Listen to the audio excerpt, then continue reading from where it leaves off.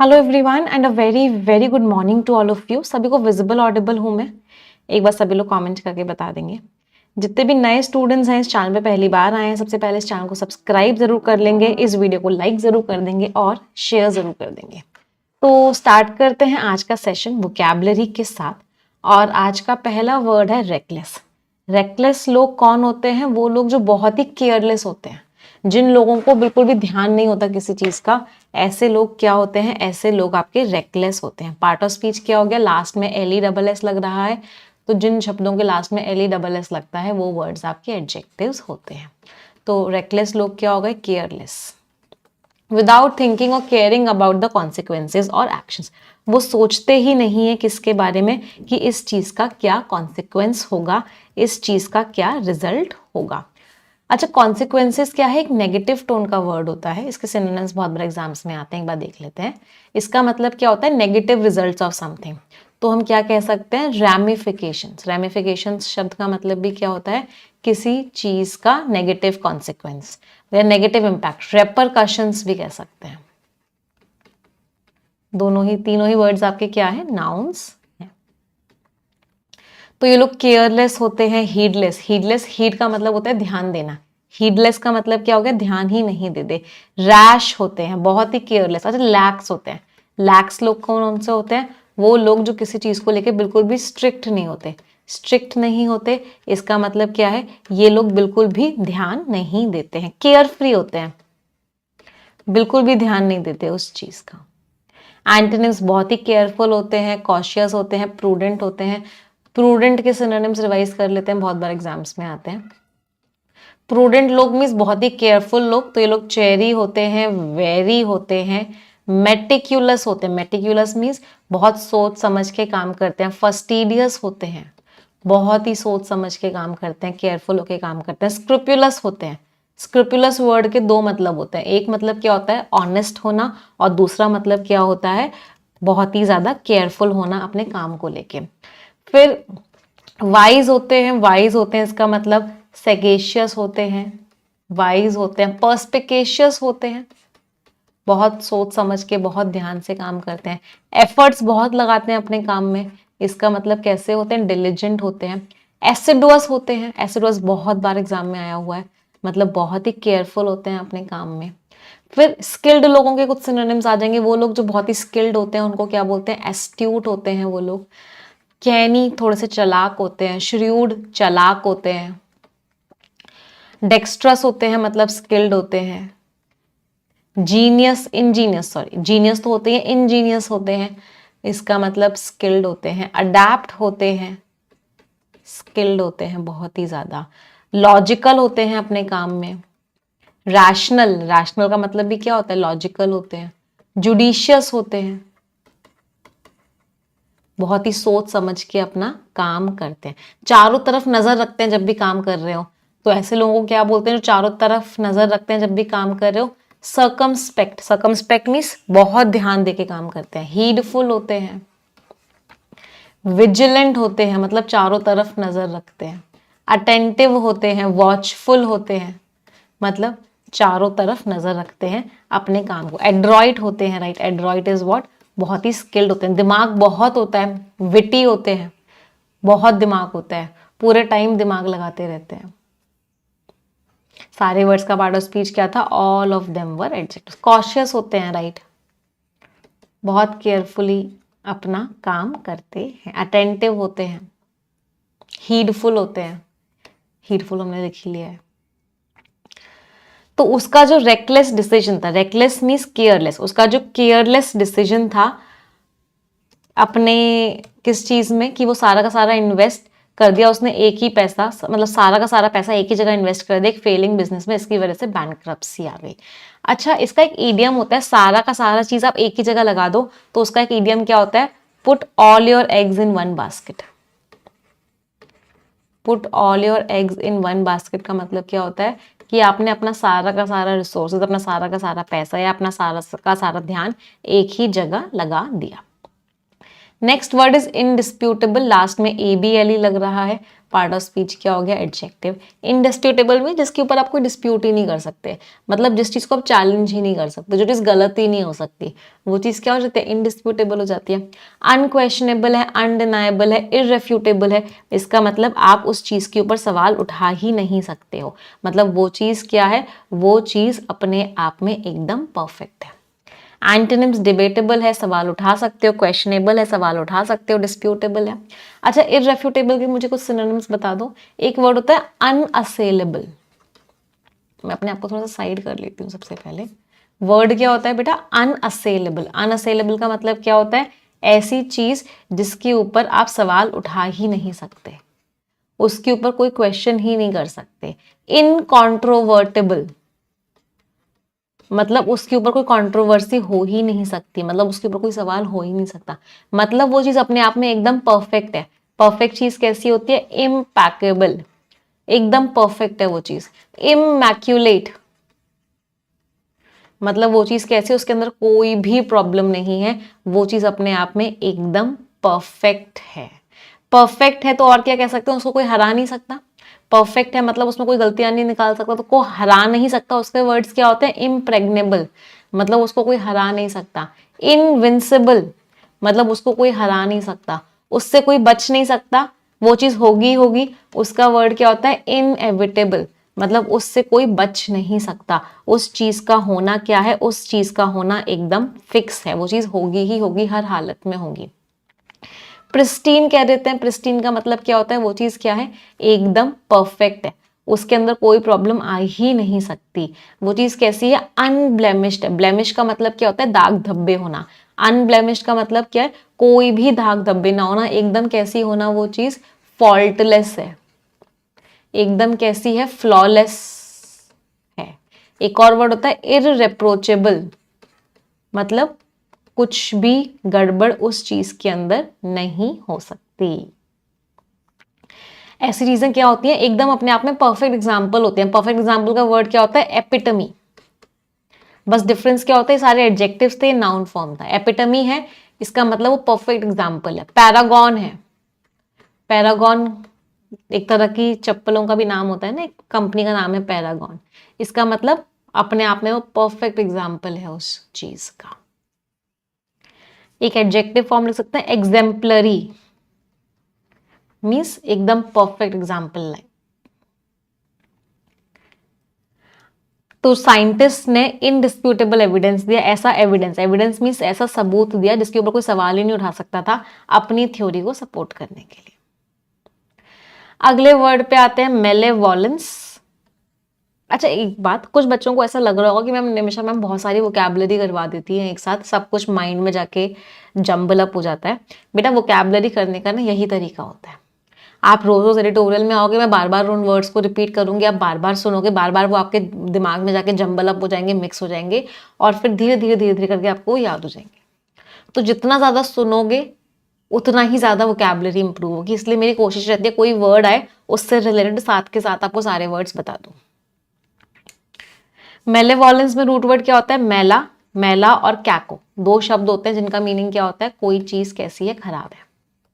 EU और बेनी ये दो शब्द होते हैं, इनका मतलब क्या होता है, वो चीज कैसी है, वो चीज बहुत ही ज्यादा अच्छी है। तो मेलावोलेंस का मतलब क्या है, किसी का बहुत खराब चाहते हो, कोई चीज मेलावोलेंट होती है, इसका मतलब वो चीज कैसी होती है, वो चीज बहुत ही खराब होती है। आप किसी का बहुत ही खराब चाहते हो, इसका मतलब आप क्या है, मेलावोलेंट हो। पार्ट ऑफ स्पीच लास्ट में ENC लग रहा है, पार्ट ऑफ स्पीच क्या हो गया, नाउन। किसी का खराब चाहना, मेलिस, हॉस्टिलिटी, इलविल मीन्स बहुत ही खराब सोचना किसी के बारे में।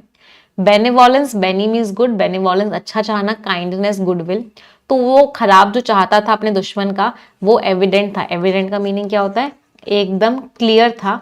किस चीज में क्लियर था, उसके हार्श, हार्श मीन्स उसके बहुत ही कठोर शब्दों में, और उसके एक्शंस में वो चीज एकदम क्या थी, क्लियर थी। कुछ वर्ड के सिनोनिम करेंगे। सबसे पहले हम करेंगे मेलावोलेंट के सिनोनिम्स। मेलावोलेंट लोग कौन होते हैं, जो लोग बहुत ही ज्यादा खराब होते हैं, उनको क्या बोलते हैं, उनको हम बोलते हैं मेलावोलेंट। चलो मुझे बताएंगे मेलावोलेंट के सिनोनिम्स। या कोई चीज बहुत ही ईवल है, मतलब नेगेटिव टोन के सारे वर्ड्स करेंगे हम एक साथ। बहुत ही ईवल है, इसका मतलब वो इंसान कैसा है, मेलिशियस है। उसके अंदर बहुत ही गुस्सा है, बहुत ही नफरत है। कैसा है? स्पाइटफुल है, नास्टी है वो इंसान, बहुत ही खराब सोच रहा है। वेनमस है, मतलब बहुत ही खराब इंटेंशंस भरी पड़ी हैं उस इंसान के आगे। चलो, अब कोई चीज अगर बहुत ही खराब होती है तो उसको क्या बोलते हैं? सैटनिक। सैटनिक वर्ड को कैसे याद करोगे? शैतान जैसा लग रहा है तो वो क्या है? शैतान के जैसा है, मतलब बहुत ही खराब है, हद से ज्यादा खराब है। डायबॉलिकल है, बहुत ही ज्यादा खराब है। कभी कभी ऑथर की टोन कैसी हो जाती है? वाइट्यूपरेटिव हो जाती है। वाइट्यूपरेटिव टोन का मतलब क्या होता है? बहुत ही ज्यादा खराब। विट्रियोलिक हो जाती है, मतलब हद से ज्यादा खराब टोन को हम क्या बोलते हैं? वाइट्रियोलिक या फिर विट्रियोलिक। एक मेलेवोलेंट वर्ड कर दिया, एक मेलिशियस कर दिया। मेला के दो वर्ड्स और होते हैं, एक होता है मेलिग्नेंट, मीन्स बहुत ही ज्यादा खराब। मेलेफिक मीन्स हद से ज्यादा खराब। एक वर्ड होता है सिनिस्टर। सिनिस्टर किसको बोलते हैं? जो इंसान बहुत ही ज्यादा खराब सोचे दूसरे लोगों को लेके। फिर खराब चीज के और वर्ड्स आ जाएंगे। खराब चीज है मतलब नफरत के लायक है। नफरत के लायक है तो अबॉमिनेबल है। नफरत के लायक है तो रिपग्नेंट है, मतलब बहुत ही खराब है। लोथसम है, बहुत ही ज्यादा खराब है। डेस्पिकेबल है, हद से ज्यादा खराब है। डिटेस्टेबल है, बहुत ही ज्यादा खराब है। कोई इंसान अगर सैवेज है मतलब बहुत ही ज्यादा क्रूअल है, बहुत ही खराब है। वो चीज सॉर्डेड है, मतलब घिनौनी है। हीडियस है, मतलब बहुत ही डेंजरस है, बहुत ही खराब है। हीनस है, हद से ज्यादा खराब है। ऑबनॉक्शियस है, हद से ज्यादा खराब है। देख लो सारे के सारे वर्ड्स कैसे, सारे के सारे वर्ड्स नेगेटिव टोन के हैं। और भी बहुत सारे नेगेटिव टोन के वर्ड्स कर लेते हैं डेंजरस वाले। परनीशियस है, बहुत खराब है। परफीडियस है, नेगेटिव इंटेंशंस रख रही है। जेपर्डस है, बहुत ही ज्यादा डेंजरस है। इनमिकल है, बहुत डेंजरस है। नोक्शियस है, बहुत खराब है। डेट्रीमेंटल है, बहुत खराब है। डेलिटेरियस है, हद से ज्यादा खराब है। तो देख लो ये सारे के सारे वर्ड्स कैसे चल रहे हैं? ये सारे के सारे वर्ड्स नेगेटिव टोन के चल रहे हैं। ट्रेचरस है, हद से ज्यादा वो चीज कैसी है? हद से ज्यादा वो चीज खराब है। वाइल है, बहुत खराब है। कोई इंसान इनइक्विशियस है, इंसान कैसा है? बहुत ही ईवल है, बहुत ही खराब है। मॉन्स्ट्रस है, मॉन्स्टर के जैसा है, राक्षस के जैसा है, बहुत खराब है। विक्शियस है कोई चीज, बहुत ही ईवल है। और कोई वर्ड याद आ रहा हो जो हम अभी तक हमने? एबहॉरेंट है, राइट, वेरी बैड, हद से ज्यादा खराब। तो ये सारे के सारे वर्ड्स कैसे थे? नेगेटिव टोन के थे। फिर वो वाले सारे वर्ड्स रह गए। इंटिमिडेटिंग है,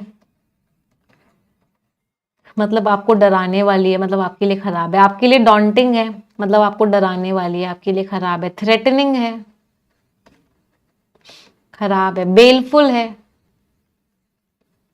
खराब है। फैटल है, डेंजरस है। लीथल है, खतरनाक है।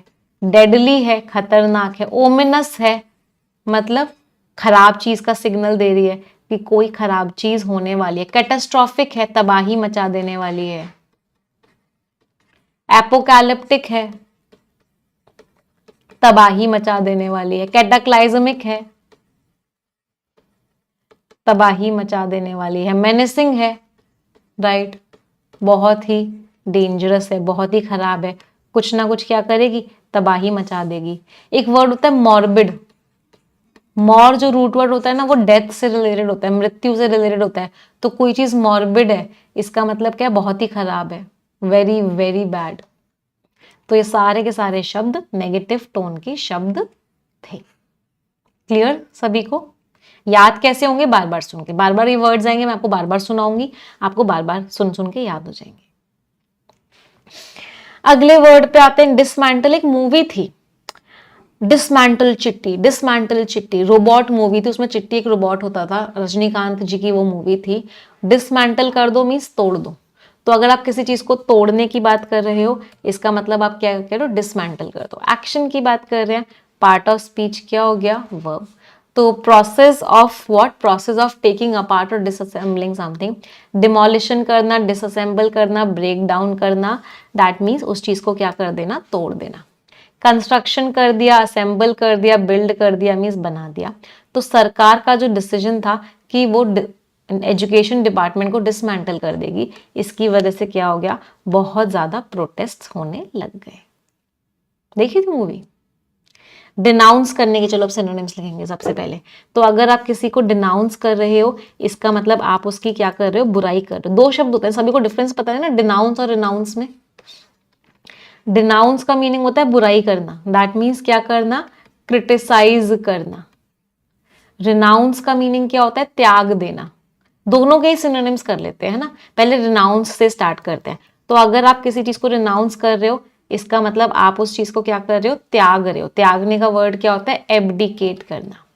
अब दे दी कैट, इसका मतलब क्या है, आपने उस इंसान को क्या किया, त्याग दिया, या उस चीज को क्या किया, त्याग दिया। रेलिंक्विश कर दिया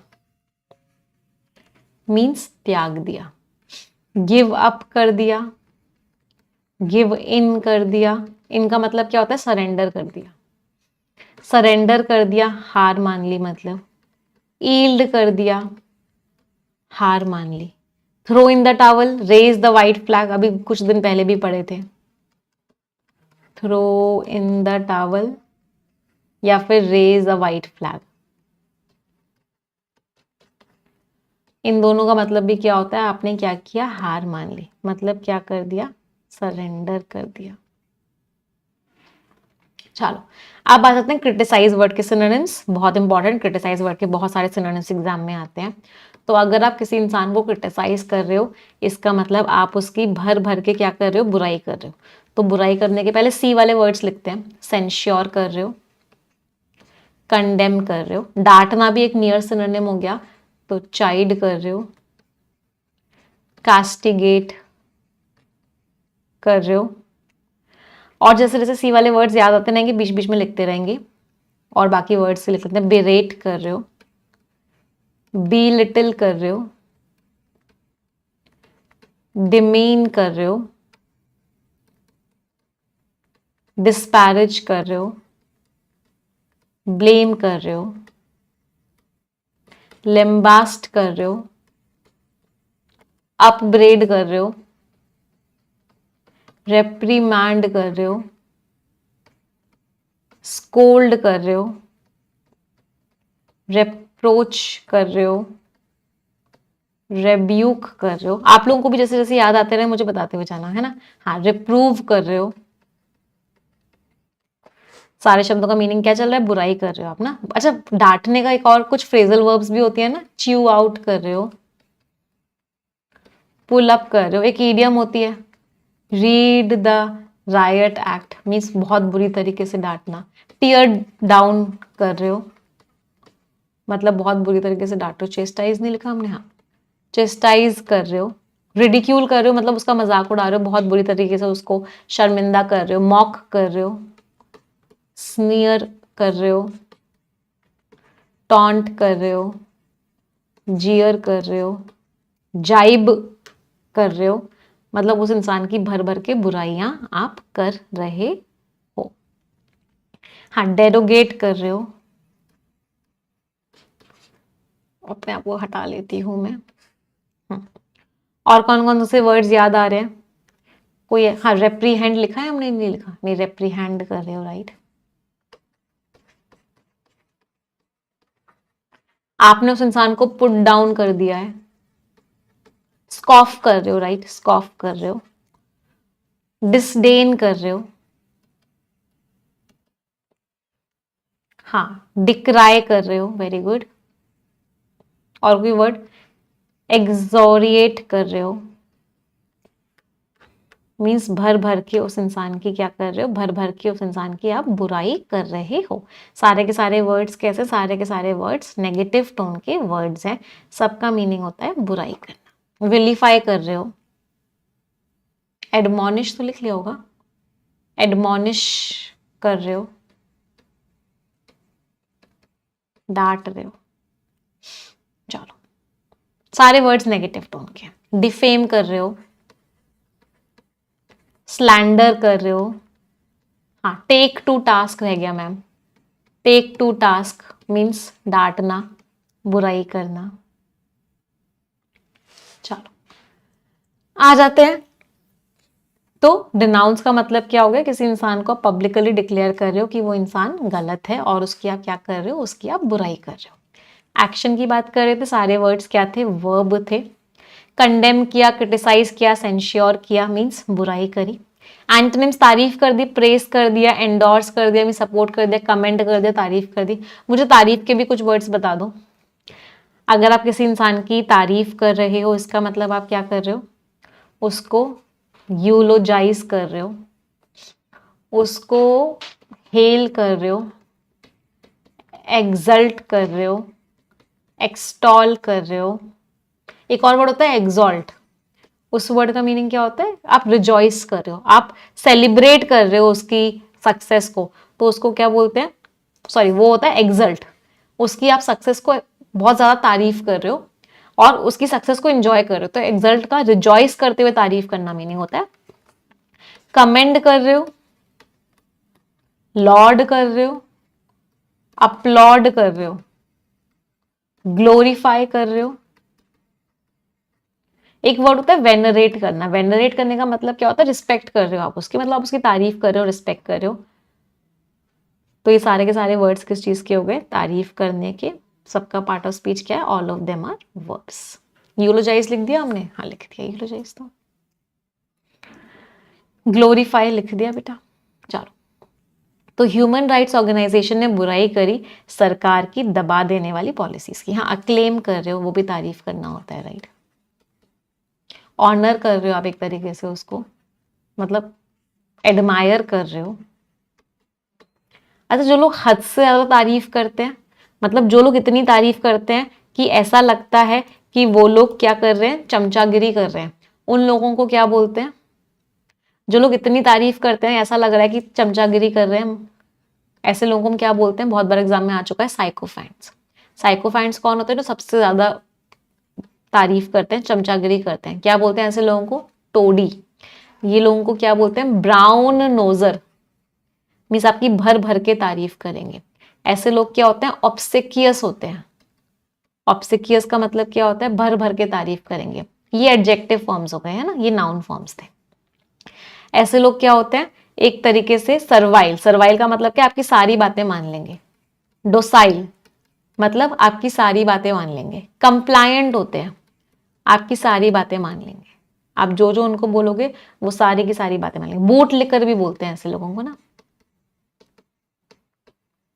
मीन्स आपको खुश करने के लिए वो हर चीज के लिए तैयार रहेंगे। ऐसे लोग क्या करते हैं, फॉनिंग होते हैं। एड्यूलेट करना मतलब होता है तारीफ करना, लेकिन चमचागिरी करते हुए। तो ऐसे लोग क्या होते हैं, एड्यूलेटर्स होते हैं, चमचागिरी करते हैं। चलो अगले वर्ड पे आ जाते हैं। बाउंटी मीन्स बहुत ज्यादा। तो कोई चीज अगर बाउंटी है, उसका मतलब बहुत ज्यादा है। एक मुझे ना ऐसे कुछ याद आ रहा है, ऐसे कोई मूवी होती थी या कोई गेम होता था जिसमें बाउंटी कलेक्ट करते थे। बाउंटी मीन्स बहुत ज्यादा, ये इसका नाउन फॉर्म है। और इसका एडजेक्टिव फॉर्म क्या होता है, बाउंटीफुल। बाउंटीफुल का मतलब क्या है, वो चीज कैसी है, हद से ज्यादा है, ये इसका एडजेक्टिव फॉर्म। तो a generous amount of something, abundance, plenty है, ब्लेंटी है, रिचनेस है, प्लेथरा है, मीन्स क्या है, बहुत ज्यादा है। एडजेक्टिव फॉर्म में बहुत ज्यादा का एक वर्ड होता है, कोपियस है। कोपियस का मतलब क्या होता है, बहुत ज्यादा है। एक और वर्ड बहुत बार एग्जाम में आता है, प्रोफ्यूज।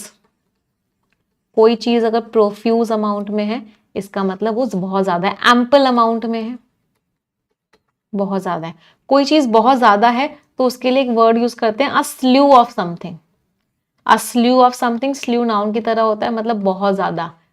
मल्टीट्यूड का मतलब भी क्या होता है, वो चीज कैसी है, बहुत ज्यादा है। अच्छा, कोई चीज किसी चीज से भरी हुई है तो उसको बोलते हैं इट इज टीमिंग। टीमिंग का मतलब क्या होता है, वो चीज उस चीज से भरी हुई है, रिप्लीट है, भरी हुई है। लश, लश बेसिकली किसके लिए बोलते हैं, लश ग्रीन, मतलब वहां पे वेजिटेशन भरी हुई है, प्लांट्स भरे हुए हैं। तो हद से ज्यादा है मतलब भरा हुआ है कोई चीज उस चीज से।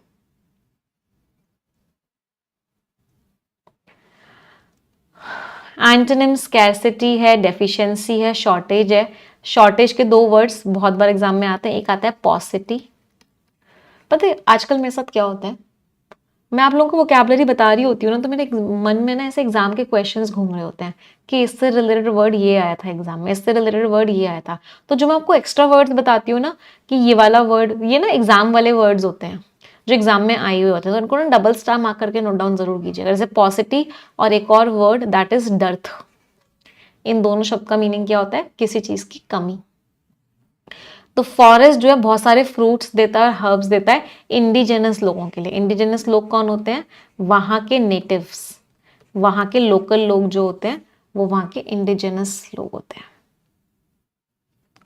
अगले वर्ड पे आते हैं, फोरेज करना। फोरेज करने का मतलब क्या होता है, आप ढूंढ रहे हो, बहुत ज्यादा वाइडली सर्च कर रहे हो फूड और रिसोर्सेज के लिए। अच्छा एक चीज और आप लोगों को बताने का मन था, कल मैंने आपको बताया था ना कि मैं बच्चों को कॉल करूंगी जिन बच्चों का एसएससी सीजीएल का एग्जाम क्लियर हुआ है, एमटीएस का।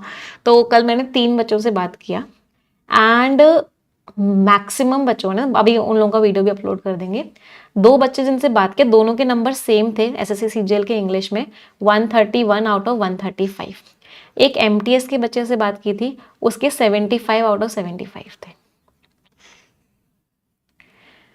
और दोनों ही बच्चों ने एक बात बोली कि ग्रामर का रूल 120 रूल्स ऑफ ग्रामर के बाहर कुछ भी नहीं था। 120 रूल्स ऑफ ग्रामर के अलावा उन्होंने ग्रामर में कुछ नहीं किया, पूरा सारा क्वेश्चंस वहीं से था, और वोकैबुलरी एडिटोरियल के बाहर कुछ नहीं थी। तो ग्रामर और वोकैब के लिए तो आप कोई भी एग्जाम दोगे सिर्फ ये 2 चीजें कर लो, एडिटोरियल सारी वोकैब के लिए और 120 rules of grammar complete grammar के लिए। अभी हम लोगों ने सोचा है ना कि बहुत सारे बच्चे हैं, तो मैं रोज तो सब मतलब बहुत सभी बच्चों से हमने सोचा कि हम एटलीस्ट 2 बच्चों से या 3 बच्चों से रोज रोज बात करूंगी मैं। तो इससे क्या होगा ना, सारे बच्चों से बात भी हो जाएगी और एक कह सकते हैं ना एक तरीके का एक समरी भी आ जाएगी कि बच्चों ने क्या क्या फॉलो किया जिनसे उनके ये मार्क्स आए। और सारी वीडियोस में अपलोड भी करते हुए, सारी वीडियोस तो नहीं अपलोड कर पाएंगे क्योंकि बहुत सारी हो जाएंगी, बट जो जो अच्छी वीडियोस होंगी आई अपलोड ऑल्सो, जिन बच्चों ने अच्छे से स्ट्रैटेजी बताई होगी। तो ग्रामर और वोकैब के लिए तो ये सफिशिएंट है। जितने बच्चों को ग्रामर और वोकैब को लेके डाउट है, दीज 2 थिंग्स आर सफिशिएंट। चलो अब यहाँ पे आ जाते हैं। फोरेज करने का मतलब क्या होता है, बहुत ज्यादा ढूंढ रहे हो किसी चीज को, ढूंढ के इकट्ठी भी कर रहे हो। तो फोरेज में दोनों चीजें आ जाती हैं, ढूंढना भी और इकट्ठा भी करना। एक्शन की बात कर रहे हैं, पार्ट ऑफ स्पीच क्या हो गया, वर्ब। तो फूड और रिसोर्सेज को ढूंढना, गैदर करना, स्कैवेंज करना, हंट करना। एंटोनिम स्टोर कर लिया, होर्ड कर लिया का मतलब क्या, ढूंढा नहीं बस अपने पास इकट्ठा कर लिया, निग्लेक्ट कर दिया, इग्नोर कर दिया। तो जो इंडिजिनस लोग हैं, जो वहाँ के लोकल लोग हैं, वो बहुत ज़्यादा सर्च कर रहे थे वाइल्ड बेरीज को, मशरूम्स को फॉरेस्ट में। अगला वर्ड क्या है, इंटरपोलेट करना। इंटरपोलेट करने का मतलब क्या होता है, बीच बीच में डालना। इंटर वर्ड का मीनिंग समझते हो, 2 शब्द होते हैं, एक होता है इंटर और एक होता है इंट्रा। आपके स्कूल में कॉम्पिटिशन्स होते थे, तो इंट्रा स्कूल कंपटीशन क्या होता था कि स्कूल के अंदर ही कंपटीशन हो रहा है, स्कूल के अंदर 6th क्लास 7th क्लास के बीच में कंपटीशन हो रहा है, तो वो इंट्रा स्कूल कंपटीशन हो गया। इंटर स्कूल कंपटीशन क्या होता था, 2 अलग अलग स्कूल्स के बीच में हो रहा है। तो इंटर का मतलब क्या होता है, 2 चीजों में आपस में। एक्शन की बात कर रहे हैं, पार्ट ऑफ स्पीच क्या हो गया, वर्ब। तो किसी चीज को बीच में लेके आना, इंसर्ट करना, ऐड करना, इन्फर करना। एंटोनिम्स रिमूव कर दिया, एक्सक्लूड कर दिया, हटा दिया, सब्ट्रैक्ट कर दिया, हटा दिया। अच्छा इन्फर्ड ना इसका डायरेक्ट सिनोनिम नहीं होगा। इन्फर का तो मतलब होता है आप किसी चीज से कोई चीज समझने की कोशिश कर रहे हो, आपने पैसेज पढ़ा, अपनी अंडरस्टैंडिंग लगाई, उससे जो आपको समझ में आया वो इन्फरेंस होता है, उसको इन्फर करना कहते हैं। तो साइंटिस्ट ने बीच में जो मिसिंग डेटा पॉइंट्स थे उनको ऐड करने की कोशिश करी, जिससे कि एक्सपेरिमेंट के रिजल्ट्स को वो कंप्लीट कर सके। अगला वर्ड है पेरेनियल। पेरेनियल मीन्स जो लंबे टाइम तक चले, लास्ट में एल लग रहा है, तो पार्ट ऑफ स्पीच क्या हो गया, एडजेक्टिव। तो पेरेनियल इज व्हाट, जो चलता रहे। हमारी रिवर्स कैसी है, हमारी नदियां पेरेनियल रिवर्स हैं, हमेशा फ्लो करती रहती हैं। लास्टिंग और एग्जिस्टिंग फॉर अ लॉन्ग और अपेरेंटली इनफाइनाइट टाइम, जो हमेशा चलता रहे। एवर लास्टिंग हो, एंड्योरिंग। अच्छा एंड्योरिंग बड़ा प्यारा शब्द है। एंड्योर को जब आप वर्ब की तरह यूज करते हो ना, इसका मतलब होता है टॉलरेट करना, झेलना। इसका एक फ्रेजल वर्ब क्या होता है, पुट अप विद, मीन्स झेलना। और एंड्योरिंग जब एडजेक्टिव की तरह यूज होता है, इसका मतलब क्या होता है, वो चीज कैसी चल रही है, लगातार चल रही है, कॉन्टिन्यूअस चल रही है। एंटोनिम्स क्या हो गए, टेम्पररी है, फ्लीटिंग है, क्षण भर का है, शॉर्ट लिव्ड है। फ्लीटिंग के कुछ सिनोनिम्स बता दो। एक वर्ड क्या होता है, एफीमेरल, क्षण भर का है। एक वर्ड क्या होता है, एवनेसेंट, क्षण भर का है। ट्रांजिएंट, टेम्पररी है। मोमेंटरी है, क्षण भर का है। तो जो पेरेनियल प्रॉब्लम है, जो लगातार चल रही है प्रॉब्लम ट्रैफिक कंजेशन की, वो एक लॉन्ग टर्म सोल्यूशन उसको जरूरत है सिटी प्लानर्स से, वो सोल्यूशन मांग रही है। अम्ब्रेज बहुत बार एग्जाम में आया है। अम्ब्रेज का ना इनफैक्ट एक ना फ्रेज में आता है और पूरा का पूरा फ्रेज होता है टेक अम्ब्रेज। टेक अम्ब्रेज का मतलब क्या होता है, आप ऑफेंड हो गए किसी बात से, किसी ने आपको कुछ खराब बोला, आपको खराब लग गया, आप ऑफेंड हो गए, मीन्स यू टुक अम्ब्रेज। तो ऑफेंड हो जाना, नाराज हो जाना। जनरली शादियों में क्या होता है, जीजा जी और फूफा जी क्या हो जाते हैं, दे टेक अम्ब्रेज, है ना। हर शादी में कोई ना कोई जीजा या फूफा क्या हो जाता है, नाराज हो जाता है। तो टेक अम्ब्रेज का मीनिंग क्या होता है, नाराज हो जाना। Offence, resentment, indignation is what, anger, गुस्सा आ जाना, अनोयंस, अनॉय हो जाना। Antonym, satisfaction, containment, delight means सुकून होना। तो वो गुस्सा हो गई उसके सरकास्टिक रिमार्क्स पे, जो उसने सरकाजम पास किया मीटिंग के दौरान। सरकास्टिक रिमार्क्स क्या होते हैं, सरकाजम इज व्हाट, कि ताना मारना एक तरीके से। मैम सही बोले एकदम। चलो वन वर्ड सब्स्टिट्यूट्स पे आ जाते हैं। A policy of extending a country's power and influence through diplomacy और military force, मतलब कंट्री की पावर किसके थ्रू शो कर रहे हैं, डिप्लोमेसी। डिप्लोमेसी का मतलब क्या होता है, एक तरीके से कंट्रीज आपस में क्या कर रही हैं, बातचीत कर रही हैं, तो उसको क्या बोलते हैं, इम्पेरियलिज्म। एक ऐसा इंसान जिसको लगता है कि भाई सब कुछ किस्मत में लिखा हुआ है, आप किसी चीज को बदल नहीं सकते, अगर आपकी किस्मत में लिखा हुआ है तो वो काम होगा ही होगा। तो ऐसे इंसान को क्या बोलते हैं, फैटलिस्ट। ऐसा इंसान किस पे विश्वास करता है, फेट पे। फेट का मतलब इज व्हाट, किस्मत, फॉर्च्यून।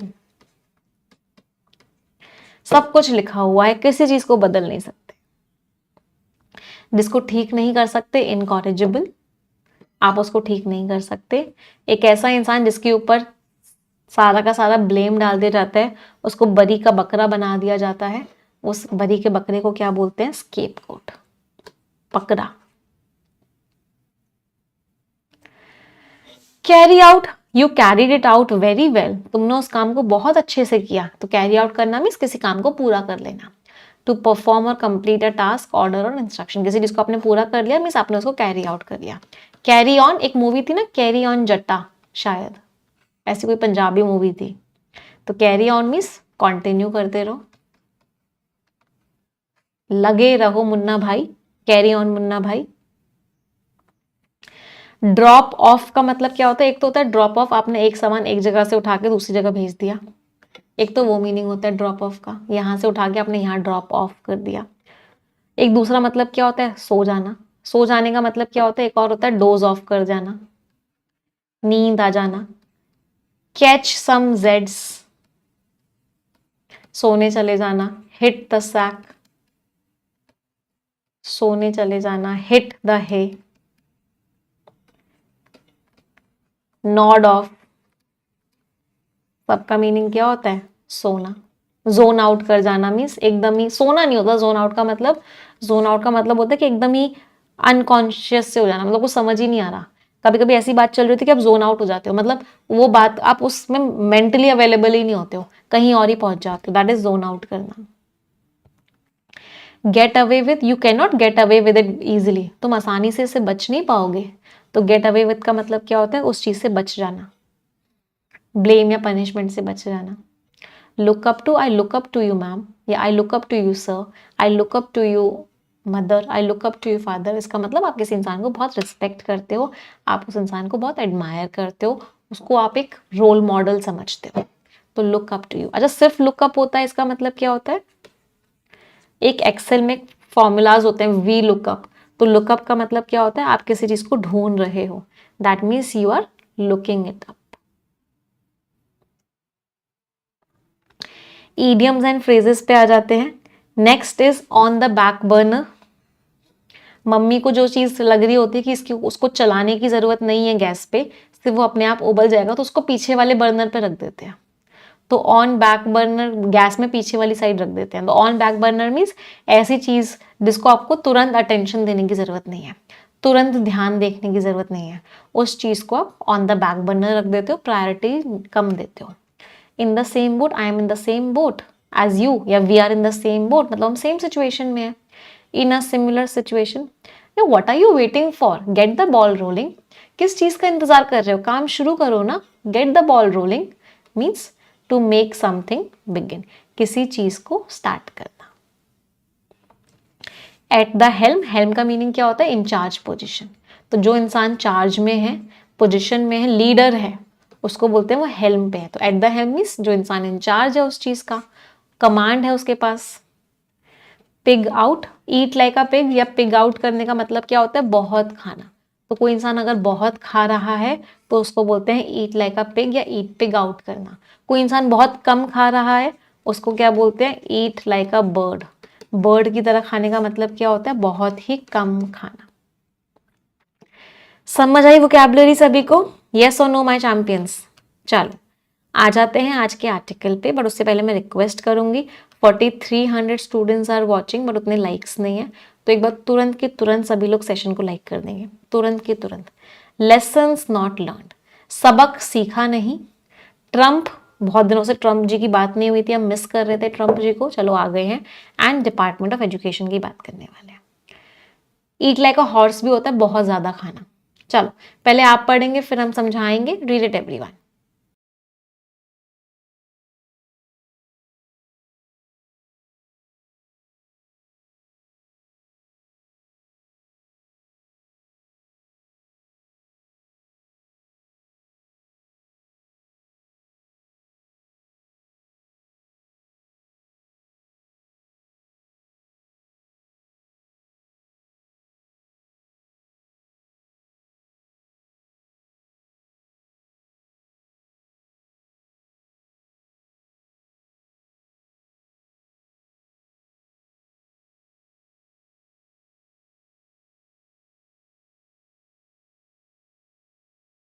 पढ़ें एक बार क्या बोल रहे हैं ऑथर चाचा जी के बारे में.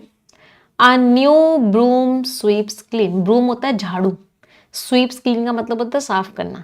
नई झाड़ू अच्छे से साफ कर देती है, लेकिन रेकलेस, रेकलेस मीन्स बिना कोई ध्यान दिए, केयरलेस. चेंज, जब बिना कोई ध्यान दिए बदलाव आता है तो ये सर्व करता है लिटिल मीन्स ना के बराबर पर्पस, मतलब इसका कोई फायदा नहीं होता. After targeting health care, health care के ऊपर टारगेट करने के बाद, pulling the United states, health care में उन्होंने क्या टारगेट किया था, यूएस को बाहर निकाल दिया था. कहां से, वर्ल्ड हेल्थ ऑर्गेनाइजेशन से, और पैरालाइज कर दिया था, मतलब बहुत कमजोर बना दिया था यूएस एड को. यूएस एड क्या होता है, जो यूएस अपना पैसा दे रहा था डब्ल्यूएचओ में, डब्ल्यूएचओ में जो हेल्प कर रहा था उसको खत्म कर दिया ट्रंप ने. ट्रंप ने डब्ल्यूएचओ से यूएस को बाहर निकाल दिया. उसके बाद अब यूएस प्रेसिडेंट जो डोनाल्ड ट्रंप हैं वो दूसरे कॉर्नरस्टोन पे आ गए हैं. कॉर्नरस्टोन में जो मेन चीज होती है उसको बोलते हैं कॉर्नरस्टोन, उस पे आ गए हैं, और वो है एजुकेशन. मतलब मिस्टर ट्रंप कर क्या रहे हैं, हेल्थ और एजुकेशन दो सबसे इंपॉर्टेंट चीजें होती हैं और उन्हीं से बजट कम कर रहे हैं. पहले तो उन्होंने डब्ल्यूएचओ से बाहर निकाला, हेल्थ केयर से बाहर किया, अब उनका अगला टारगेट क्या है, उनका अगला टारगेट है एजुकेशन. तो एजुकेशन से अब वो क्या कर रहे हैं, एजुकेशन को और पैरालाइज करने की कोशिश कर रहे हैं, उसको और कमजोर बनाने की कोशिश कर रहे हैं. वो एजुकेशन जिसका long term significance, significance means importance, तो जो इतनी ज्यादा इंपॉर्टेंट होती है किसी भी कंट्री के लिए कि इस पे कोई सवाल ही नहीं उठा सकता. इनडिस्प्यूटेबल मीन्स कोई सवाल नहीं उठा सकता कि एजुकेशन कितनी इंपॉर्टेंट होती है कंट्री के लिए. पिछले हफ्ते ही साइंड, उन्होंने एक एग्जीक्यूटिव ऑर्डर साइन किया. एग्जीक्यूटिव ऑर्डर का मतलब कि इसको इंप्लीमेंट करो. क्या, टू बिगिन एलिमिनेटिंग, कि हटा दो, खत्म कर दो. किस चीज को खत्म करना शुरू कर दो, the federal department of education. तो जो फेडरल डिपार्टमेंट ऑफ एजुकेशन है उसको हटा दो. वोइंग, वोइंग का मतलब है उन्होंने शपथ ली, वोइंग का मतलब क्या, वो पूरी तरीके से कमिटेड है। किस काम को लेके कमिटेड है कि वो उसको बंद कर देंगे एज क्विकली एज पॉसिबल, जितना जल्दी पॉसिबल हो उतना जल्दी वो फेडरल डिपार्टमेंट ऑफ एजुकेशन को बंद कर देंगे। ये फेडरल डिपार्टमेंट ऑफ एजुकेशन क्या था, इसको 1979 में इसको स्थापित किया गया था। ये जो डिपार्टमेंट ऑफ एजुकेशन है ये एडमिनिस्टर करता है, मैनेज करता है फेडरल स्टूडेंट लोन्स को।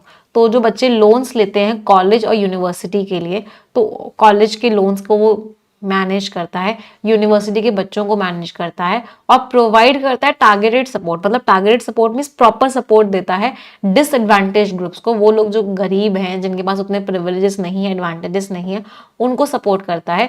वो बच्चों को सपोर्ट करता है जो लो इनकम फैमिलीज से होते हैं, जो अमीर नहीं होते, जो गरीब बच्चे होते हैं, या फिर उन लोगों को भी सपोर्ट करता है जिनके अंदर डिसेबिलिटीज होती हैं, किसी ना किसी तरह की कमियां होती हैं, जो फिजिकली चैलेंज्ड होते हैं, स्पेशली एबल्ड होते हैं। एज एन इंडिया, इंडिया की बात करें तो जो पब्लिक केस 12 स्कूल्स हैं यूएस में are primarily managed at the state level. उनको मैनेज किया जाता है स्टेट लेवल पे with only a fraction of their funding. बहुत ही ना के बराबर फंडिंग कहाँ से आती है, फेडरल गवर्नमेंट से आती है। अब ऑथर ने यहाँ पे कुछ गड़बड़ नहीं करी है, कुछ कुछ ना, मतलब आर्टिकल बहुत अच्छा है बट लैंग्वेज में थोड़ी थोड़ी गड़बड़ करी है। यहाँ पे लिखा है एज एन इंडिया, इंडिया की बात कर रहे हैं और फिर अचानक से यूएस की बात करना शुरू कर दिया, तो यहाँ पे कुछ गड़बड़ थी लिखने में। सिमिलरली एक गड़बड़ यहाँ पे थी, ये स्टूडेंट लोन्स को मैनेज करता है कॉलेज के लिए और यूनिवर्सिटी के स्टूडेंट्स के लिए, तो ये तो कॉलेज एंड यूनिवर्सिटी होता, तो यहाँ पे भी थोड़ी सी गड़बड़ थी लैंग्वेज में। चलो कोई बात नहीं, हमें पैसेज समझ में आ गया है, अब थोड़ी सी ग्रामर करेंगे।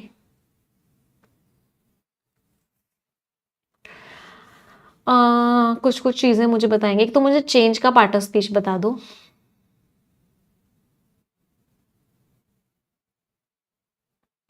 एक मुझे इस वर्ब का सब्जेक्ट बता दो, इस सेंटेंस का टेंस भी बता दो, यहाँ पे हमने सिंपल पास्ट टेंस क्यों यूज किया है ये बता दो।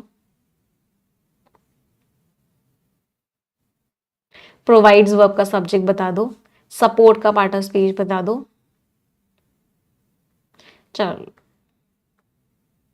ये आर वर्ब का सब्जेक्ट बता दो, ये बता दो एक्टिव वॉइस है पैसिव वॉइस है। फंडिंग का पार्ट ऑफ स्पीच बता दो, और चलो यहां से लेकर यहां तक हम पार्सिंग कर लेंगे।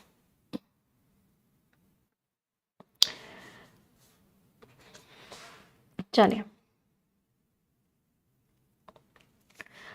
आर्टिकल हो गया, न्यू एडजेक्टिव हो गया, ब्रूम नाउन हो गया, स्वीप्स वर्ब हो गया, क्लीन एडजेक्टिव हो गया, बट कंजंक्शन हो गया, रेकलेस एडजेक्टिव हो गया, चेंज नाउन हो गया, सर्व्स वर्ब हो गया, लिटिल एडजेक्टिव हो गया, पर्पस नाउन हो गया।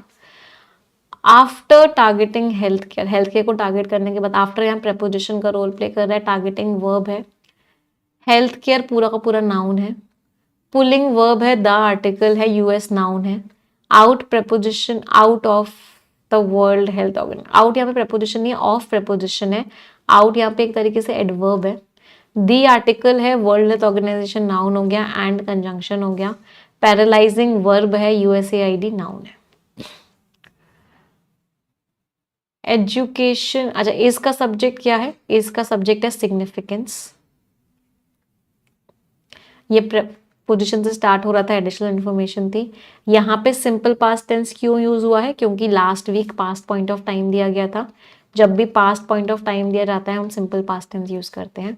प्रोवाइड्स का सब्जेक्ट है डीओई, डीओई एडमिनिस्टर करता है, डीओई प्रोवाइड करता है। सपोर्ट यहाँ पे नाउन है क्योंकि टारगेटेड एडजेक्टिव है, एडजेक्टिव नाउन के बारे में बताता है। आर के साथ वर्ब की थर्ड फॉर्म लग रही है, इसका मतलब है पैसिव वॉइस है सिंपल प्रेजेंट टेंस का। इस आर का सब्जेक्ट है स्कूल्स।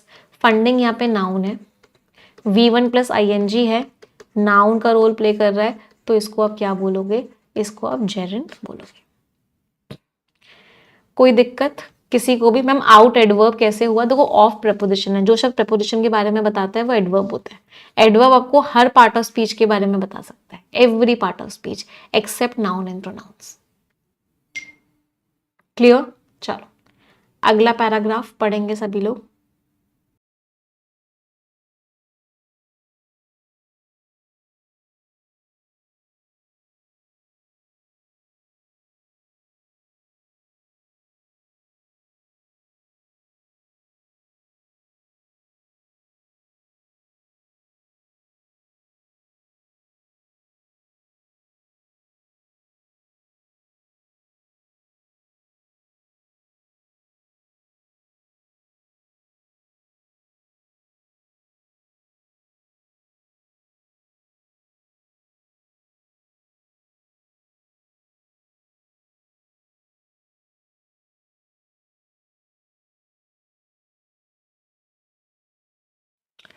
चलिए अगला पैराग्राफ देखते हैं।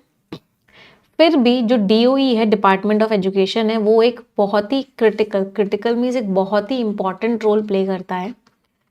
किस चीज में? In assuring a base line of equity. एक बेस लाइन बनाने में, मतलब एक कह सकते हैं एक फाउंडेशन बनाने में, एक बेस बनाने में, इक्विटी का मतलब है एक तरीके से इक्वालिटी लाने में, कि हर किसी को क्या मिले, हर किसी को बराबरी मिले।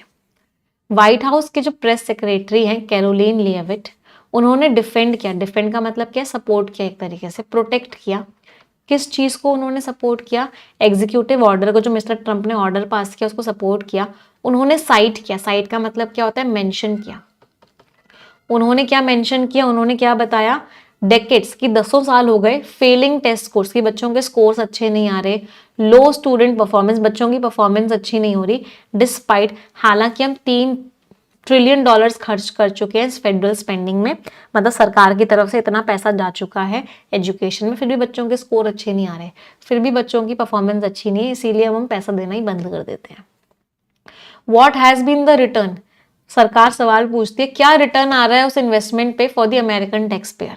तो अमेरिकन टैक्स पेयर जो है वो टैक्स दे रहा है, वहां से सरकार के पास पैसा आ रहा है, सरकार वो पैसा एजुकेशन में डाल रही है, बच्चों का स्कोर तो अच्छा ही नहीं हो रहा, बच्चों की परफॉर्मेंस तो अच्छी नहीं हो रही, तो क्या रिटर्न ऑन इन्वेस्टमेंट है? कोई रिटर्न ऑन इन्वेस्टमेंट नहीं है। तो क्या किया? वापस ले लो। मतलब वो इतने ज्यादा बिजनेस माइंड है मिस्टर ट्रम्प, वहां की सरकार अब इतनी ज्यादा बिजनेस माइंड हो चुकी है कि वो लोगों का भला चाहती ही नहीं है। हेल्थ केयर से, मतलब WHO से बाहर निकालते हैं। WHO कितने इंपॉर्टेंट रोल प्ले करता है, WHO कितने ऐसे प्रोग्राम्स चलाता है डेवलपिंग कंट्रीज में, दुनिया भर में बीमारियों से लड़ने में, वहां से अमेरिका ने अपने आप को विड्रॉ कर लिया। एजुकेशन की बात हुई तो वहां की सरकार क्या बोल रही है? कोई रिटर्न ऑन इन्वेस्टमेंट नहीं है, तो वहां से फंडिंग बंद कर दी। तो ये सब चीजें हो रही हैं अमेरिका में, ऐसा उन्होंने पूछा।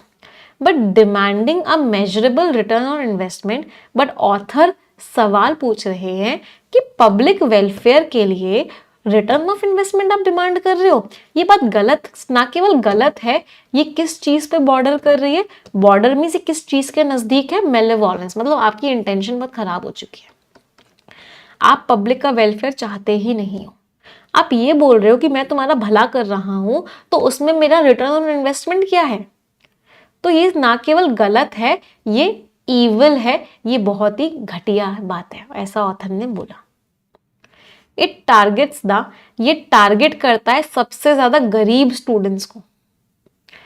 मतलब ये जो एजुकेशन के लोन्स दिए जा रहे थे, गरीब बच्चों को दिए जा रहे थे, और अब आपने जो इन लोन्स को हटा दिया है, तो अब रिस्क किस चीज का आ गया है? रिस्क आ गया है stripping away their only path out of adversity, कि उनको पास जो इकलौता रास्ता था मुश्किलों से बाहर निकलने का, उस रास्ते को भी आपने छीन लिया उनसे।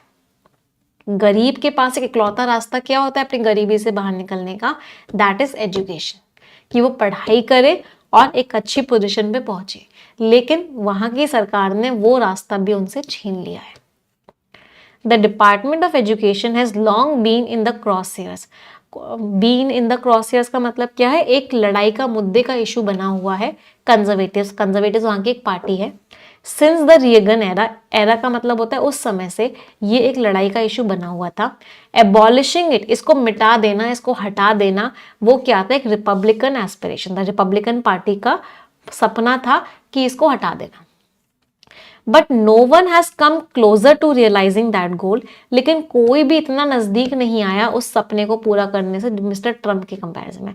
मतलब मिस्टर ट्रंप ने तो आते ही उसको हटाने की बात कर दी।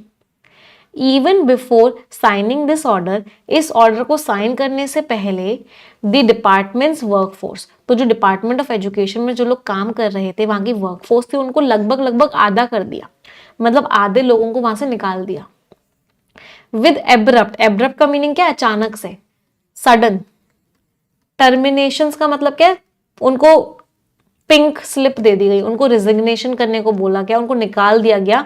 इशूड अंडर द, किसके अंडर? एलन मस्क ने लीड किया ये डिपार्टमेंट। तो एलन मस्क का ये डिपार्टमेंट वो लीड करते हैं गवर्नमेंट एफिशिएंसी को, और उन्होंने क्या किया? आधा कर दिया लोगों को अचानक से क्या बोल दिया? टर्मिनेशन दे दिया। और अब ये क्या है, एक हॉलमार्क बन चुका है, एक बहुत ही इंपॉर्टेंट चीज बन चुकी है नई एडमिनिस्ट्रेशन के अप्रोच की, एक सिंबल बन चुका है। हॉलमार्क का मीनिंग क्या होता है, एक साइन बन चुका है सरकार का कि लोगों को ऐसे ही निकाल दिया जाता है। ऑथर की टोन कैसी है, मिस्टर ट्रम्प को लेकर क्रिटिकल है। तो ऑथर क्या कह रहे हैं, ऑथर वही कह रहे हैं कि हेल्थ केयर के बाद एजुकेशन के ऊपर अब उनका टारगेट है। वो कहते हैं क्या रिटर्न ऑन इन्वेस्टमेंट आ रहा है, कोई रिटर्न ऑन इन्वेस्टमेंट नहीं आ रहा है इस वेलफेयर पॉलिसी से, तो इसको हटा दो, इस डिपार्टमेंट को हटा दो। ऑर्डर पास करने से पहले इसके लोगों को निकाल दिया गया था, आधे लोग कर दिए गए थे। तो ये सब चीजें अमेरिका में हो रही है। लास्ट पैराग्राफ पढ़ेंगे सभी लोग।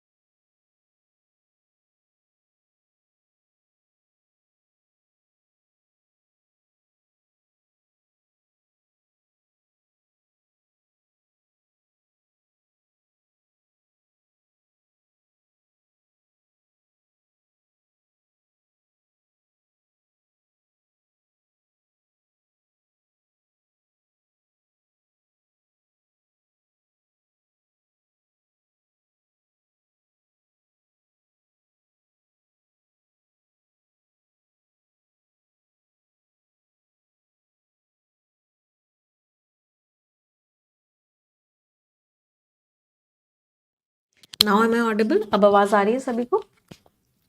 हाँ जी।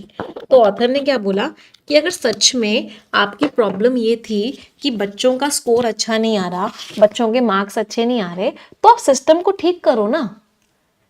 आपको सिस्टम ठीक करना चाहिए था, आपको सिस्टम स्ट्रांग बनाना चाहिए था, आपको उसको हटाना थोड़ी ना था। Crucially means importantly, executive order पूरी तरीके से इफेक्ट में नहीं आ सकता, पूरी तरीके से लागू नहीं हो सकता जब तक कांग्रेस पार्टी उसको सपोर्ट ना करे, अप्रूव ना करे, मीन सपोर्ट ना करे। And it remains to be seen, और ये अभी देखना बाकी रह गया है कि क्या मिस्टर ट्रम्प की जो पॉलिटिकल विल है, जो इच्छा है, क्या वो इस चीज को पूरा कर पाएंगे। ऑलरेडी अभी भी बहुत सारे केसेस हैं जिनको फाइल किया गया है फेडरल कोर्ट्स में, वहां के कोर्ट्स में, जो इस ऑर्डर की लीगैलिटी को चैलेंज कर रहे हैं। तो मिस्टर ट्रम्प इस काम को नहीं कर सकते कांग्रेस पार्टी के सपोर्ट के बिना। तो अब ये देखना है कि मिस्टर ट्रम्प इस चीज को कर भी पाएंगे या नहीं कर पाएंगे। बहुत सारे केसेस भी मिस्टर ट्रम्प के अगेंस्ट फाइल कर दिए गए हैं इस ऑर्डर की लीगैलिटी के लिए, मतलब मिस्टर ट्रम्प के अगेंस्ट नहीं, इस ऑर्डर के against. The future of millions of disadvantage students, इतने सारे बच्चों का जो फ्यूचर है, जो प्रॉब्लम में है, मतलब जो उन लोगों के पास वो एडवांटेजेस नहीं है, जो गरीब हैं, वल्नरेबल हैं, वो हवा में लटका हुआ है, अनसर्टेन है। It is up to the rest of the US, अब ये बाकी के यूएस पे डिपेंड करता है, बाकी के कंट्री पे डिपेंड करता है कि वो इस बात को इंश्योर करे, इस बात को गारंटी करे कि एक लाइफलाइन को पुल ना किया जाए। लाइफलाइन का मतलब क्या है, जो लोन्स दिए जाते हैं, जो बच्चों के लिए लाइफलाइन है, उसको हटाया ना जाए। तो पूरे पैराग्राफ में फिर से वही लिखा हुआ है कि मिस्टर ट्रम्प इस काम को तब तक नहीं कर पाएंगे जब उनको कांग्रेस सपोर्ट नहीं करेगा। तो भाई सब कुछ अभी हवा में ही लटका हुआ है, केसेस भी फाइल हो गए, देखते हैं क्या होता है। पैसेज क्लियर सभी को? टोन में ऑथर ने बुराई करी है, बिल्कुल क्रिटिकल है, और ऑथर कंसर्न्ड भी है कि वहां के बच्चों का क्या होगा। क्वेश्चंस पे आते हैं। अच्छा, आज से तो हम PQRS वाला क्वेश्चन भी एक ऐड करने वाले हैं, तो उसको भी करेंगे, है ना। पहले स्किमिंग करेंगे फिर उसको भी करेंगे। चलो मुझे इस क्वेश्चन का आंसर दो। कौन सा कंसर्न लोगों ने उठाया है? डिपार्टमेंट ऑफ एजुकेशन अगर बंद हो जाएगा तो क्या चिंता वाली बात होगी? कंट्रोल की तो बात ही नहीं हुई। हाँ, डिसएडवांटेज स्टूडेंट्स परेशान हो जाएंगे क्योंकि वो तो लोन्स पर ही, सपोर्ट पर ही डिपेंडेंट थे। Answer is B. Very good. अगला क्वेश्चन,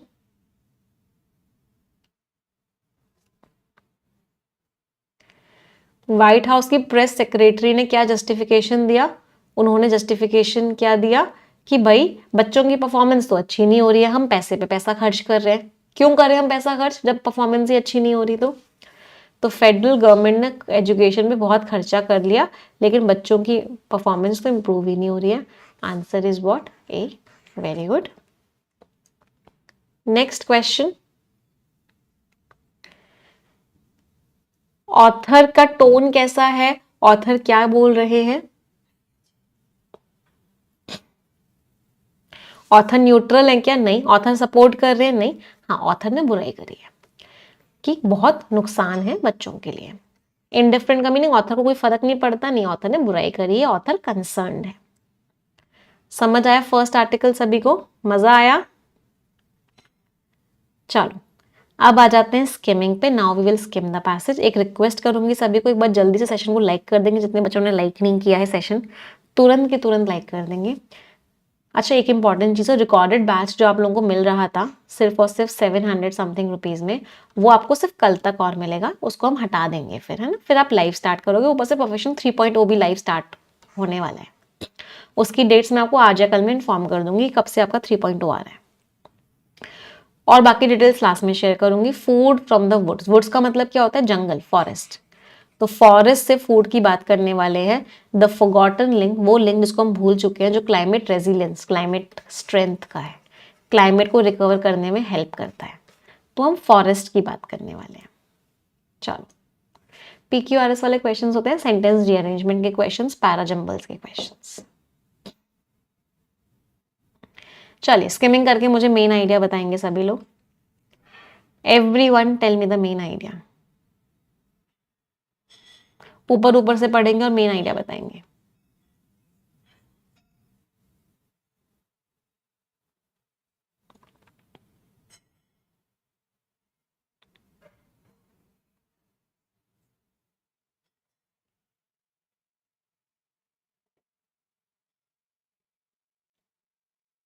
3.0 नहीं, सॉरी 4.0। यस 4.0, 3.0 तो हो चुका। इंटरनेशनल डे ऑफ फॉरेस्ट को ऑब्जर्व किया गया मार्च 21 को। अब जरूरी है कि हम फॉरेस्ट का रोल को समझें। फॉरेस्ट को प्लैनेट्स का लंग्स बोलते हैं। हमारे किचन्स में भी फॉरेस्ट ही है, मतलब फॉरेस्ट से ही खाना आता है। फूड सिस्टम्स जो इतना थ्राइव करते थे वो खत्म होते जा रहे हैं। इस साल की जो थीम थी फॉरेस्ट और फूड, बहुत रेलिवेंट है। इतना ज़्यादा ग्रीन हाउस गैस एमिशंस होता है फूड सिस्टम्स की वजह से, साथ के साथ डिफॉरेस्टेशन होता है, बायोडाइवर्सिटी चली जाती है। सोल्यूशन क्या है कि फॉरेस्ट फूड सिस्टम्स को हम लेके आए। एक रिसर्च की, वो क्या बहुत सारे क्लूज देती है कि किस तरीके से फॉरेस्ट जो है फूड से, हेल्थ से, रोजी रोटी से, इन सब चीज़ों से लिंक्ड होते हैं। ये जो जनरेशन है डिपेंड करती है फॉरेस्ट में। इतना ज़्यादा वाइल्ड बेरीज, ट्यूबर्स, ये सारे फ्रूट्स और वेजिटेबल्स मिलते हैं। फॉरेस्ट हमको बहुत ही न्यूट्रिशियस डाइट देते हैं। तो पूरा का पूरा पैराग्राफ क्या कह रहा है? पूरा का पूरा पैराग्राफ एक यही चीज कह रहा है कि फॉरेस्ट ना केवल ग्रीन हाउस गैस एमिशंस को कम करते हैं, ना केवल पोल्यूशन को कम करते हैं, साथ के साथ फॉरेस्ट फूड भी देते हैं। तो अभी क्या हो गया है कि फॉरेस्ट का जो फूड सिस्टम है वो खराब होता जा रहा है। बट हमें इस चीज को याद रखना चाहिए कि बहुत सारी कम्युनिटीज डिपेंडेंट होती हैं फॉरेस्ट पे फूड के लिए, और फॉरेस्ट बेस्ड फूड सिस्टम्स जो होते हैं वो लो कॉस्ट भी होते हैं और अच्छे भी होते हैं। तो फॉरेस्ट की इंपॉर्टेंस बताई गई है पूरे पैसेज में। नेक्स्ट पैराग्राफ स्किमिंग करके मेन आइडिया बताएंगे।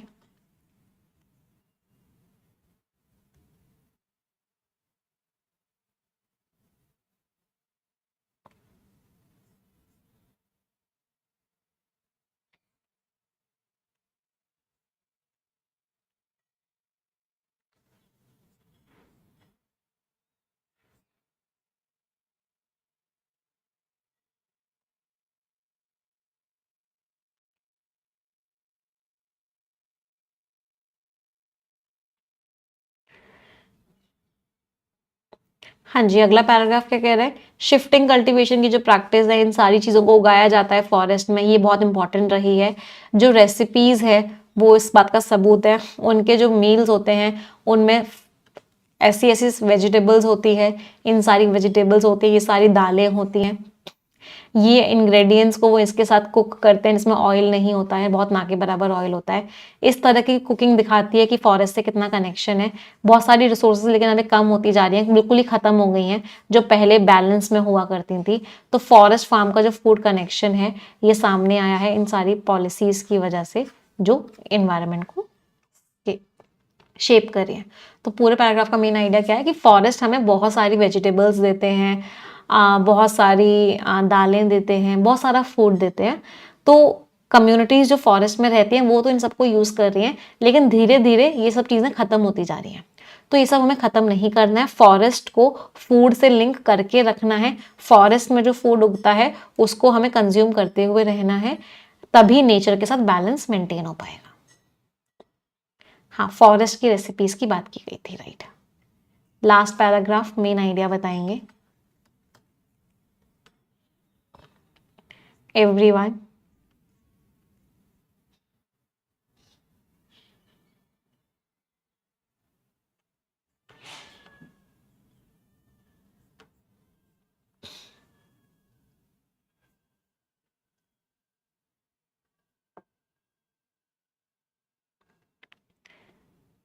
अगला पैराग्राफ क्या कह रहा है, एक जो चेंज आया वो क्या आया कि जब ये रीसेटल हुई, ये फॉरेस्ट के बाउंड्रीज पे आ गई, इस रीलोकेशन की वजह से उनको फूड रिसोर्सेज नहीं मिल पाती हैं। जो नॉर्मल फूड खाते थे फॉरेस्ट से लेके वो नहीं यूज खा पा रहे हैं। कंजर्वेशन पॉलिसीज आई तो ये सारी प्रैक्टिसेस बंद हो गई जो वो यूज करते थे। कंट्रोल बर्निंग की प्रैक्टिस ना केवल इंपॉर्टेंट है फॉरेस्ट की हेल्थ के लिए, बल्कि स्पेसिफिक क्रॉप्स को कल्टीवेट करने के लिए भी ऐसी सॉइल पे ये सारी प्रैक्टिसेस को बंद कर दिया गया। तो फॉरेस्ट में बहुत चेंजेस आ गए। ये स्पीशीज फैल गई, मतलब ये एक तरीके से जानवर फैल गए, जिसकी वजह से वहाँ का जो प्लांट्स थे वो बर्बाद हो गए और ट्रेडिशनल फूड भी मिलना बंद हो गया, मेडिसिनल प्लांट्स भी मिलना बंद हो गए, जैसा दिखाया गया।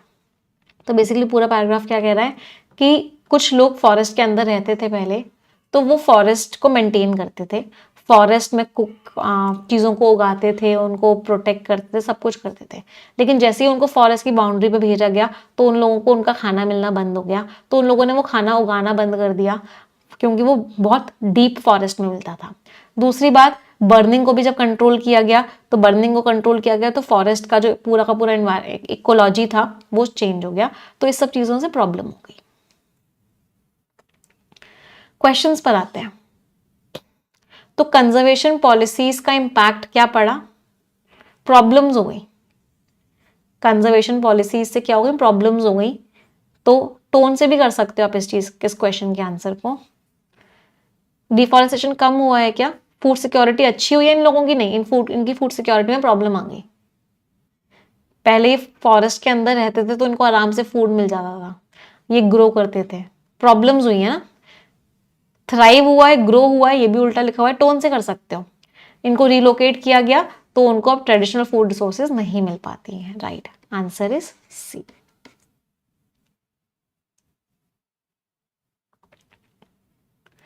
मैम लैंटर्ना स्पीशीज, ये स्पीशीज प्लांट्स की है, इसमें मेंशन नहीं है किस चीज की स्पीशीज है, प्लांट्स की स्पीशीज होगी। राइट, ये नहीं उगा रहे तो इसकी वजह से प्रॉब्लम्स हो रही है। Flora is for plants. पता है पहले मुझे ना बचपन में एक चीज बताती हूँ, दो वर्ड्स होते थे फौना एंड फ्लोरा। मैं ना हमेशा कंफ्यूज होती थी कौन सा वाला प्लांट होता है कौन सा वाला एनिमल होता है। तो हमारी क्लास में एक लड़की थी, उसका नाम था फ्लोरा। तो मैंने इस चीज को कैसे याद किया था उस समय कि ना कोई इंसान अपनी बेटी का नाम ना जानवर का नाम, जानवर तो नहीं रखेगा, तो इसका मतलब क्या है, फ्लोरा इज फॉर प्लांट्स, तो फौना इज फॉर एनिमल्स। चलो पैसेज की टोन कैसी है? पहले बताओ, ऑथर ने बुराई करी है तारीफ करी है? बुराई करी है ना, कि भाई उन लोगों को अब खाना नहीं मिल पा रहा है, चीजें खराब हो रही हैं, अच्छी नहीं है, मतलब ऑथर नेगेटिव टोन में है। तो सबसे पहले तो पॉजिटिव टोन को हटा दो, ऑप्टिमिस्टिक भी नहीं है, न्यूट्रल भी नहीं है। अब हमारे पास दो टॉप लिखे हुए हैं, बी भी लिखा हुआ है और डी भी लिखा हुआ है। बी में लिखा हुआ है क्रिटिकल, बुराई करी है, सिनिकल का मतलब क्या है, ऑथर नेगेटिव है। दोनों का मतलब दोनों ही हो सकते हैं। चलो अब आगे का पढ़ना पड़ेगा कि बी ज्यादा अप्रोप्रिएट है, बेस्ट वाला बताना है, क्योंकि आंसर दोनों हो सकते हैं बी और डी। अब इनमें से हमको बेस्ट वाला निकालना है। तो ऑथर ने डिसरप्शंस को पॉइंट आउट किया है कंजर्वेशन पॉलिसीज की वजह से जो हो रहे हैं on traditional food systems, arguing that indigenous food systems जो हैं वो डूम्ड हैं। डूम्ड का मतलब क्या है, वो प्रॉब्लम में है, उनके ऊपर नेगेटिव इम्पैक्ट पड़ रहा है किस चीज का उनके ऊपर नेगेटिव इम्पैक्ट पड़ रहा है? मॉडर्न इंटरवेंशंस का।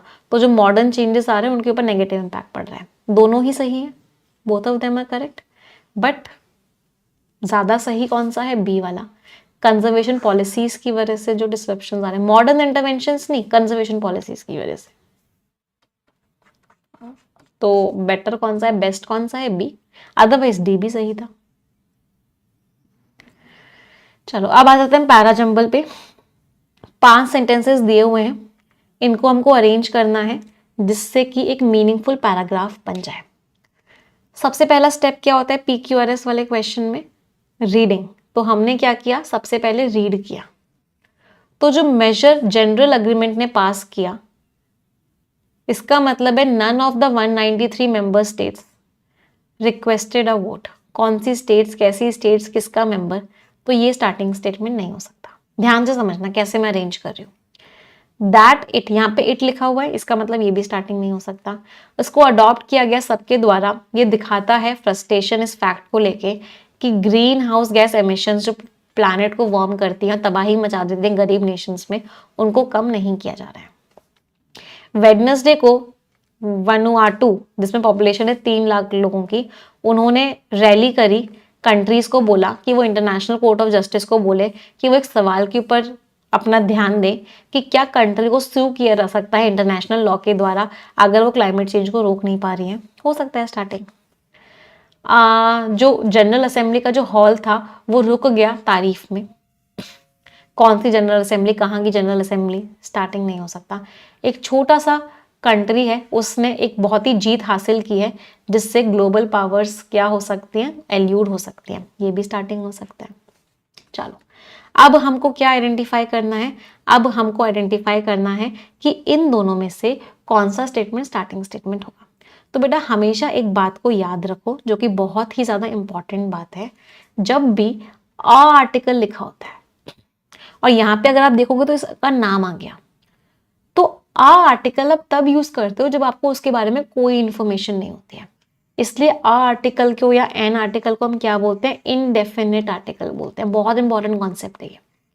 इसका मतलब है इसके बारे में आपको कोई इंफॉर्मेशन नहीं है अभी। अगर आपने सी को ई से पहले लगा दिया तो इसका मतलब है आपने इंफॉर्मेशन दे दी। तो सी के बाद तो ए ई आ ही नहीं सकता कभी भी। क्या ये बात समझ में आ रही है सभी को? सी के बाद कभी भी ई नहीं आ सकता, क्योंकि अगर आपने सी को पहले लगा दिया इसका मतलब आपको इंफॉर्मेशन है कि उसका नाम ये है। जबकि आ आर्टिकल तो तब यूज होता है जब इंफॉर्मेशन नहीं होती है, उसके बाद इंफॉर्मेशन देते हैं। I saw a man, the man's name was Gautam. तो इसका मतलब है कि अ आर्टिकल वाला हमेशा पहले आता है। तो इसका मतलब है ई पहले आएगा और फिर सी आएगा। क्या सभी लोगों का डाउट क्लियर है जो बच्चे सी ई बोल रहे थे?